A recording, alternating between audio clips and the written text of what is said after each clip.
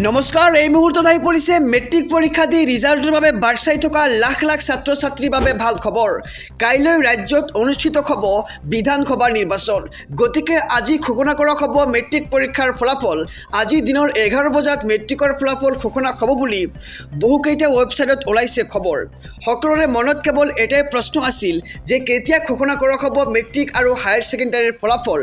মৰমৰ ছাত্ৰ ছাত্ৰীসকল, তোমালোকে আৰু ৰিজাল্টৰ বাবে অপেক্ষা কৰিব নালাগে। মেট্ৰিকৰ ৰিজাল্ট সন্দৰ্ভত ৰাজ্যৰ মুখ্যমন্ত্ৰী ডক্টৰ হিমন্ত বিশ্ব শৰ্মাই কৰিছে ডাঙৰ ঘোষণা। আৰু তোমালোকে জানাই যে আমাৰ মুখ্যমন্ত্ৰীয়ে কোৱাৰ দৰে কিন্তু প্ৰতি বছৰে সেৱা আৰু AHSECয়ে ৰিজাল্ট ঘোষণা কৰি ৰাখিছে। ঠিক সেইদৰে 2026 বৰ্ষতো মুখ্যমন্ত্ৰীয়ে কোৱাৰ দৰে মেট্ৰিক আৰু হায়াৰ ছেকেণ্ডাৰীৰ ৰিজাল্ট ঘোষণা কৰা হ'ব। গতিকে আজি দিনৰ 11 বজাত ঘোষণা কৰা হ'ব নেকি মেট্ৰিক পৰীক্ষাৰ ফলাফল।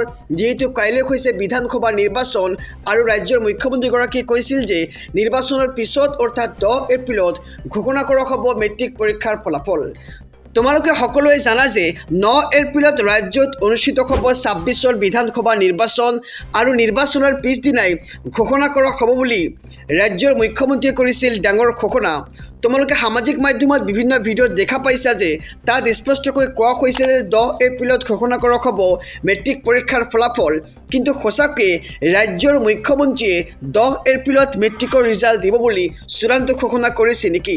বা আজি দিনৰ 11 বজাত ঘোষণা কৰা হ'ব নেকি মেট্ৰিক পৰীক্ষাৰ ফলাফল? মৰমৰ ছাত্ৰ ছাত্ৰীসকল, তোমালোকে জানাই যে কাইলৈ ৰাজ্যত অনুষ্ঠিত হ'ব 26ৰ বিধানসভা নিৰ্বাচন আৰু ৰাজ্যত এতিয়া নিৰ্বাচনী ধুমুহা চলি আছে আৰু নিৰ্বাচনী ধুমুহাৰ মাজতে কিন্তু ঘোষণা হ'ব নোৱাৰে মেট্ৰিক পৰীক্ষাৰ ফলাফল।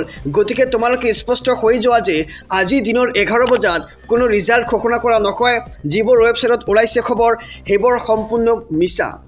আৰু তোমালোকে এতিয়ালৈকে সেৱাৰ ফালৰ পৰা কোনো অফিচিয়েল নটিফিকেশ্যন পাইছা নেকি যে আজি দিনৰ 11 বজাত ঘোষণা কৰা হ'ব বা 10 এপ্ৰিলত ঘোষণা কৰা হ'ব মেট্ৰিক পৰীক্ষাৰ ফলাফল? 10 এপ্ৰিলত মেট্ৰিকৰ ৰিজাল্ট দিব বুলি মুখ্যমন্ত্ৰীয়ে চূড়ান্ত ঘোষণা কৰা নাই, আনকি সেৱাৰ ফালৰ পৰাও কোনো অফিচিয়েল নটিফিকেশ্যন অহা নাই।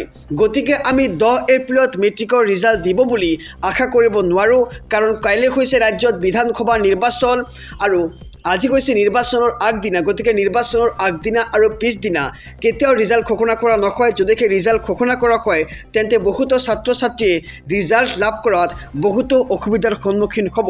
কিন্তু 10ৰ পৰা 20 তাৰিখৰ ভিতৰত ৰিজাল্ট ঘোষণা কৰা হ'ব বুলি আশা কৰিব পাৰি, কাৰণ এইকেইদিনত নিৰ্বাচনৰ সকলো কাম কাজ শেষ হৈ যাব আৰু সেৱাই শান্তি শৃংখলাভাৱে ৰিজাল্ট ঘোষণা কৰিব পাৰিব।